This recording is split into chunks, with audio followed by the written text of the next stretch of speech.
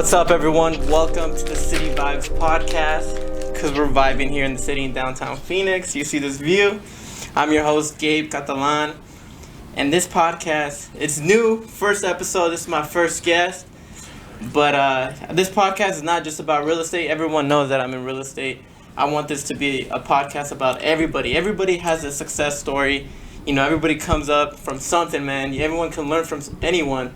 And so, without further ado, today, I want to introduce my guest, one of the best trainers out here, sports performance coaches out here in AZ, Nicholas Edmond. My boy, what's up, Appreciate homie? you, my boy. Thank you, dog. Chilling, Good to be here. Good to be here. Hey, man, tell them a little bit about you. Just a little quick, short thing about you, my boy. Yeah, man. My name, obviously, you know my name, but my name is Nick Edmond. I work out in North Scottsdale, right off of Raintree on the 101 at a gym called Elite U. I'm a sports performance trainer there as well as a personal trainer. Do a little bit of everything there. Yeah, man. For sure. Look, I did talk to Nick this morning because, you know, I still work out there. You feel me? 8 a.m. sessions. Shout out to Cliff, John. But, Cliff and John. But we were talking about it this morning, and people were always asking me, hey, like, are you going to have interview questions? Are you going to do something? I'm like, nah, man. I think we're just going to keep it, you know, chill. Have chill vibes, you know, kumbaya. Shout out to AB, Antonio Brown. But I just want it to be chill. I don't want it to be like formal and stuff like, hello, Nicholas Edmond, like, what do you do for a living? Nah, I'm trying to keep it chill. I'm trying to have a good vibes, you know. I feel like we'll learn more just talking, you know, and not just me asking questions, making it more an interview. I think this will be better if we just talk it, you know, chill vibes. Everyone knows, and we can. Maybe you guys can take something out of this. And so Nick and I met him actually through training. I actually just hit him up to train for football when I was in college, and then he got me right, you know. No, I want to tell him the story. All right. So, Gabe was actually one of my first performance clients, and I'm just working one day, and I don't know if you remember this, but listen to me if you. So, I'm working. I think I had like a small break, and one of the trainers comes up to me and says, "Hey, do you have a new person?" I'm like, "Nah, I don't have a new person. I'm cool. I'm about to chill, actually." And they're like, "Nah, there's somebody at the door. They're looking for somebody or whatever." I was about to take a break, bro. I was gassed. I was tired. I'm like, all right. So I get up and I see Gabe at the door, like, "Hey, what's up, man? Interested in training, whatever?" But like, bro, like, I'm telling the story now because I know when you tell your real estate story, everything's gonna make sense to people. But that's how Gabe is. Just showed up, was ready to work, and that was easy. But yeah, that's how I met Gabe. We just showed up to the gym and we started training after that. It was easy. And I feel like me just showing up, I was just like, just do it, man. A lot of people I don't know if you got my last post, my Instagram post, I put that a lot of people get stuck in that analysis paralysis. You know, they're like, oh man, I want to get everything before I go do something. But for me, man, I just go do it. Like my podcast right here, man, I just want to go do it. I don't even know what I'm doing right now, but look, I'm on this podcast, man. And so I feel like for everyone, just go out there and do something, man. Just take action. That's the best thing you can do. You know, I was a big fan of listening to motivational stuff, all that stuff, but I got over that phase because I'm like, you listen to something motivational, and well, what's next? Like you're in the same spot. So go take action. Go do something. So I'm kind of over. I don't want to be like anyone. I don't want to like slam it or anything, but I'm kind of over that motivational stuff, like motivational quotes, all that, because it doesn't do anything unless you take actions. And I think my boy Nick knows that. Oh, 100%. You have people every day. Shoot, people we're around. I mean, people we know always have a ton of great ideas. They want to do this, want to do that, which is great. It's great to have great ideas. Cool. But without action, it's just talk. Yeah, I mean, I think I was just having this conversation the other day with somebody. It was probably you, but there's a ton of people that wait for that right song or that right moment or that right YouTube video or that hype up. But you already know because we used to do it in high school. You know, let's put this video on. It's gonna get me ready to go. Yeah. They put what's it called for the game pre-games? Yeah, and Ray Lewis motivation. But like that itself only lasts however long that video is, 5 minutes. Boom, you get the little spark, have a great workout. Okay, but what about tomorrow? So I tell people it's better to build great habits than to rely on motivation. Definitely. It's because you're going to do it no matter what. You're going to do it just because it's a habit. It's a habit, yeah. You just do it out there. And some people are not going to get to that at all. They'll get stuck there, man. Analysis paralysis, they'll get stuck. They'll never do that action they'll take, man. They'll just be too scared. and they're never gonna do it, which upsets. That's sad. Some people are never just gonna take that step forward, and they're just gonna be doing the same thing their whole life, just analysis paralysis. But my boy Nick, I connect a lot with him because we both played D3 football. I in the East Coast as well. I went to North Carolina. He went to school in New York.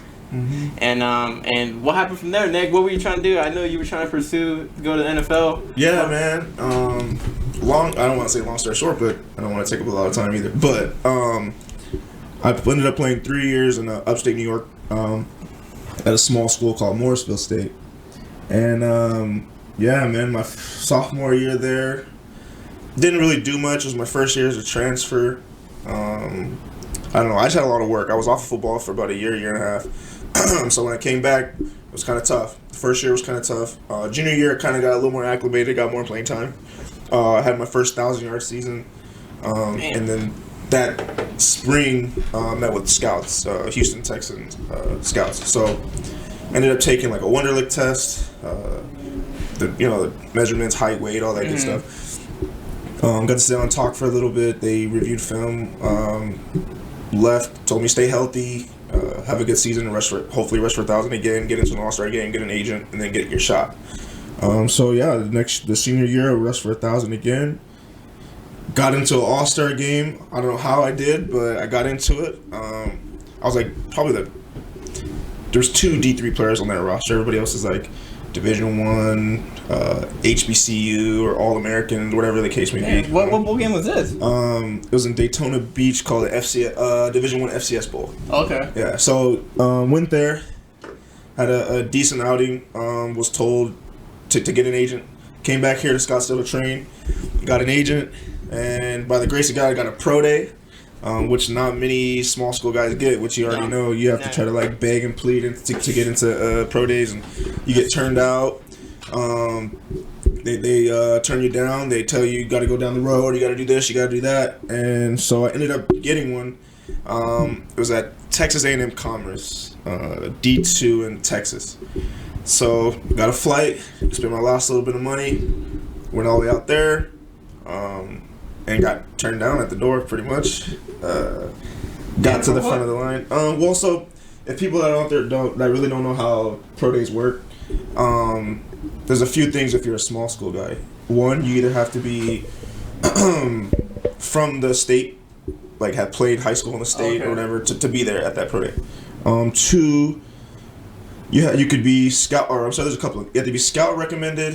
You have to have lived in the state, or went to the school, obviously. Yeah. Or went to school in the area. And I wasn't either in the area, any of that. I just got a pro day from an agent that I had signed with. Damn. Yeah, so I get to the front of the line, and I remember just like it was. I think I still I had my brother shoot the footage. He was actually going to do a documentary. Oh, so I told him, bro, hey, no matter what happens, just roll through. Mm-hmm. Remember, I got to the line, and the guy was like, yeah, what's this, and this? So I'm giving him my school, this, and that. And he's like, hey, so you went to school in New York? And I'm like, yeah. He was like, yeah, you can't be here. I'm like, what? He's like, yeah, step to the side or whatever, because they had a lot of guys to go through. So I'm like, all right. So I stepped to the side. Long story short, I ended up not getting to do my pro day, and that's how I came back to AZ. So I waited there for whole pro day. I was basically, my plan was going to be the scouts walking to their cars. I was like, yo, can I run for you, or can I, you know what I mean? Just at least get a shot. Yeah. So did that. Yeah, you know what I'm saying? Yeah, you already know. So basically, that it didn't rock out, and then I came back to Arizona and just was basically sleeping in the gym for a little bit. You know what I mean? Just kind of teetering on playing football, and then trying to go into training if I wanted to do it full time or not. But it was kind of like a blessing in disguise for me because I'm here now. So. Yeah, definitely. Yeah. And so you're originally from Cali. How did you get up into Arizona? So I went to junior college initially out of high school. And I met one of my good friends. Actually, shout out to Brooks. He just got married actually this past weekend. He ended up going to a Division II school in Colorado, got picked up by the Cardinals. So he came out to Arizona and was like, he texted me when he found out I was going to play ball again. He's like, yo, I got this trainer out here. You have to come see him. Like, if you really want to get back right, you need to come see him. So I'm like, it's 3.5 hours from me, bro. He lived in Chandler at the time. Damn. So I'm like, dang. So, but when he says something, I'm like, all right, bet. Like, I believe he was probably one of the best football players I've ever been around. So I'm like, bet. came up here, and that was my first interaction with Rube. That's when I met Rube, owner of Elite U. Elite U. Shout out Rube. And yeah, man, we had a box, like a plastic, like a storage box. Some bands. What else is in there? Old school. We had he had some Nike strobe glasses. I don't know if you ever used those for like catching or something. So we had some of those. We had a Vertimax. One of the guys brought a Vertimax in a truck. My first session, I didn't know this was actually my first experience with like performance training. Like I've trained myself. I worked out, squatted, all that good stuff. But performance is just a little bit different. It's a little bit deeper. So, bro, killed me, bro. I was sore, but I was like, this is where I need to be. So that's where I was like, I went back to New York. That was my first semester there. And then every summer after that, I would just come up here. So that next summer, I was driving every weekend. From Cali to here to train. 3 days, 3 days. And that was 3 hours, you said? At least 3.5, yeah. Depending on how fast you're driving. See, dedication, man. Yeah. When you do something you love, that's what you gotta do. You gotta put a lot of dedication in. And what about like the money wise? You know, well, how would you pay Rube? How would you do all that? So I was at the time I was working on a farm. Actually, I was doing drip irrigation. I was working like 24-hour shifts, and I would say I would work during the week, whatever. I would still train, work out on my own, save that money, and then on the weekends I would just drive up here, do training, get a hotel room, chill out. You know what I mean? Try to get as much as I could. And that's when Rube had gotten that first building. So yeah, that's where it kind of all started. Dang. So my boy went from, football and now to sports performance coach. And like for me, man, I knew when it was time for me to hang up the cleats. I remember the first time, it was my JUCO year. One of my coaches was like, "Hey, you'll know when to hang up. You'll feel it in your heart." And for me, I felt it my senior year. I did feel that. I was like, look, man, I think I'm done. I did get asked to play in Germany, and I was like, nah, I'm okay. I feel good. I'm retiring. I'm good. But for you, when was that point for you? It was kind of forced on me a little bit because I was like, I didn't know whether to keep pursuing this dream that I had since I was a kid. And it wasn't one of those things where, like, I know you see people every day, like, oh, I'm trying to go to the league, and then they work out, like, once a week, or they're, you know what I mean, out doing stupid stuff. So, yeah, and you already know, we see 1,000 people a day. Yeah, so I was really putting hours into this, and so I was like, do I keep doing this, and then wake up one day, 3, 4, 5 years down the road, like, oh, hey, I'm still trying, or do I start this dream that I've had for a long time? That's why I ended up going back to school in the first place, was to learn a little bit more about the business. So it was kind of like a crunch for money. So I was just like, you know what? Let's just start training. And I just went all in and ended up working out. So dang. And then you were sleeping in the gym, you said? Because Elite U has there's this little office that they had. It's a shop now for blending shit and all that, but it used to be a little office, man. And you were telling me, I remember you said that you would have to sleep in the office. And for me it's always been whatever it takes. But I know it's not that extreme for everyone, but that was just the situation I was in. I didn't have any money. I couldn't just go to people like, yo, let me get this, let me get that. Like, I mean, I was fairly new out here. So yeah, kicked it in the gym a few times, you know what I mean? Figured it out, and then finally saved up enough money. Ended up going to an extended stay right there by Scottsdale Quarter. Shout out the Quarter. Shout out the Chipotle. Grimaldi's. And so from there, then was paying bi-weekly, every week, every couple days, just trying to survive. And then worked out, got my first apartment. First apartment. Yeah. Dang. And we were talking about earlier before the podcast, because he was like, because I was telling him, I've been trying to get my own place, and I'm scared to take that leap of faith, because right now, I'm living with a family friend, and I'm not paying that much. I'm not paying that much in rent, but then you go into living somewhere where you got to pay $1,400-1,500 a month, and that's what my boy Nick did. He didn't have much money. He saved up a little bit of money, and he used all that money for the apartment. And so I'm trying to take that leap of faith myself, just trying to get my own place.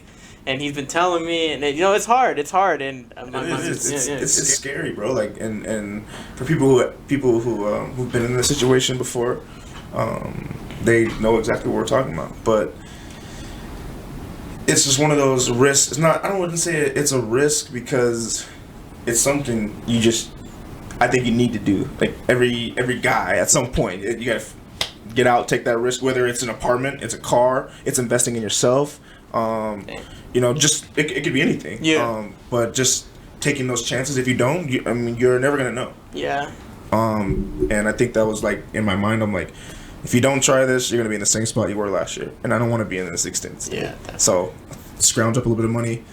Went down to this apartment complex one Saturday with my mom. Filled out application. Got accepted the same day. Gave him the cashier's check, $1,400. I'm like, bet. I didn't have a bed, bro. I was sleeping on the floor still, but like, bro, it was my spot. So people could say you had somewhere to come back to, where you can go back to make money and relax. So like, it helped me relax that way. The next day, I wasn't waking up for work tired. Like, because my job is a people job.